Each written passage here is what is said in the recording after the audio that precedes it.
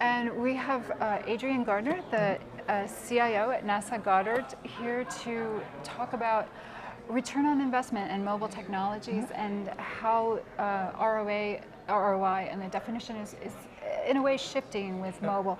One of the things you spoke about in a panel discussion just a few moments ago was the distinction between savings and cost avoidance, right, and what that means. And I'm interested in what that means both from a management perspective, but also in terms of how you measure that. And you made reference to difficulty in some of that. Yeah, I think it's going to be very difficult to measure it. Until we actually get a hold on what model we're going to use for actually telework and workplace support of our employees. And so until I think you have that model established where you're going to have a certain percentage of the time of the individual or your entire workforce is going to be spent teleworking, I think it's going to be very difficult to get to what the return on investment is. So I think as agencies begin to standardize on that, so if an entire agency says, I'm adopting a telework policy and all of my folks will exercise and work at home, and then I actually eliminate my infrastructure costs around buildings and heating and cooling and so on and so forth, I think it's going to be very difficult without sort of a structured approach of saying what's going to be in and what's going to be out from a standpoint of looking at cost savings and cost avoidance. The next shoe to drop is then saying it is a cost savings or a cost avoidance. If I say it's a cost savings, then they're going to begin to apply that to the bottom line budget of saying, okay, you're saving this amount of money, so now we're actually going to reduce your overall cap, your overall budget cap, to that amount because now you're assuming that folks are teleworking more, or 50% of my workforce is teleworking. So I think agencies have to grapple with that and make a decision about the way in which they're going to approach it. So that's, I think, some of the difficulty that we have. Right, well that certainly makes sense.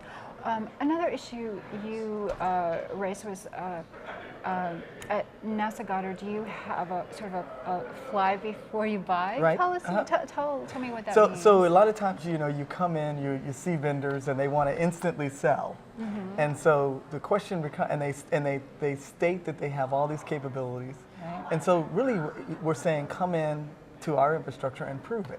So before we actually make an acquisition, I really would like you to come in and prove that your actual capability will demonstrate what you're actually espousing it will. Right. And so actually this fly before you buy or this bake-off concept is saying, hey, and I'd like a number of folks in your space. So even if you look at a Gartner Magic Quadrant and you say 3 or 4 companies are in the Magic Quadrant where you would want them to be, bringing them in and then actually saying, prove that you are the top.